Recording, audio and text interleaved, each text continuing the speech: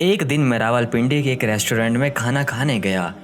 وہاں 2 ٹیبل چھوڑ کے ایک ادھیڑ عمر بوڑھے میاں اور ان کی بوڑھی محبوبہ بھی بیٹھے ہوئے تھے۔ اسی دوران ایک نہایت ہی ڈیسنٹ اور خوش شکل بھائی صاحب ہوٹل میں داخل ہوئے اور واش بیسن پر ہاتھ دھو کر کچھ فاصلے پر ان کے برابر والی ٹیبل پر بیٹھ گئے۔ چونکہ ہم نے اپنے کھانے کا آرڈر پہلے ہی دے دیا تھا تو اس لیے ہم کھانے کا انتظار کر رہے تھے کہ اچانک اس صاحب کے موبائل فون کی بیل بجی، جس کے بعد وہ قدرے اونچی آواز میں موبائل پر کسی سے بات کرنے لگے۔ ان کے بات کرنے کے انداز سے لگ رہا تھا کہ ان کو اللہ نے کوئی بہت بڑی خوشی سے نوازا تھا۔ اور پھر موبائل پر بات ختم کرنے کے بعد وہ وہاں پر موجود سب لوگوں کو مخاطب کرتے ہوئے بلند آواز میں بولے، خواتین و حضرات، آج میں بہت خوش ہوں کہ اللہ نے مجھے بیٹا عطا فرمایا ہے اور اس خوشی میں آپ سب کو مٹن کڑھائی کھلاؤں گا۔ میں اپنی جگہ سے اٹھا اور آگے جا کر انہیں مبارکباد دی اور کہا کہ بھائی، ہم نے تو اپنے کھانے کا آرڈر پہلے ہی دے دیا ہے۔ یہ سنتے ہی انہوں نے کہا، اچھا چلو کوئی بات نہیں، اس خوشی میں آپ کے کھانے کا بل میں ادا کروں گا۔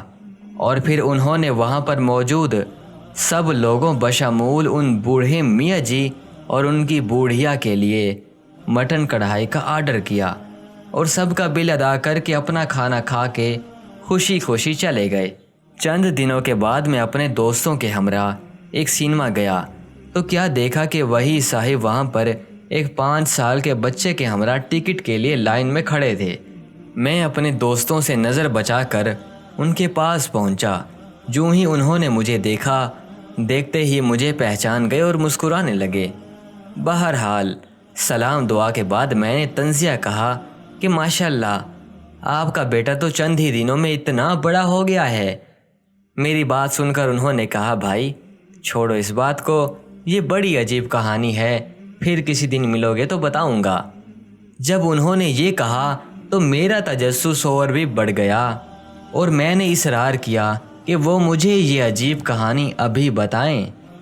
آخر میرے بہت اصرار پر انہوں نے جو بات بتائی، اس کے بعد میں اپنے آپ کو بہت چھوٹا سمجھنے لگا اور ان کا مقام میری نظروں میں قدرے بہت بلند ہو گیا۔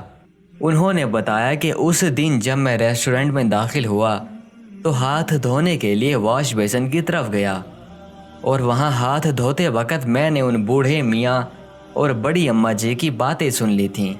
بوڑھی اماں کہہ رہی تھی، آج میرا مٹن کڑھائی کھانے کو دل کر رہا ہے۔ تو اس پر بوڑھے میاں نے بہت افسردہ لہجے میں کہا کہ میرے پاس پورے مہینے کے لیے صرف 2000 روپے ہیں، اگر کڑھائی کھائیں گے تو پورے مہینے گزارا کیسے ہوگا؟ ایسا کرتے ہیں، آج دال روٹی کھا لیتے ہیں، کڑھائی پھر کسی دن کھا لیں گے۔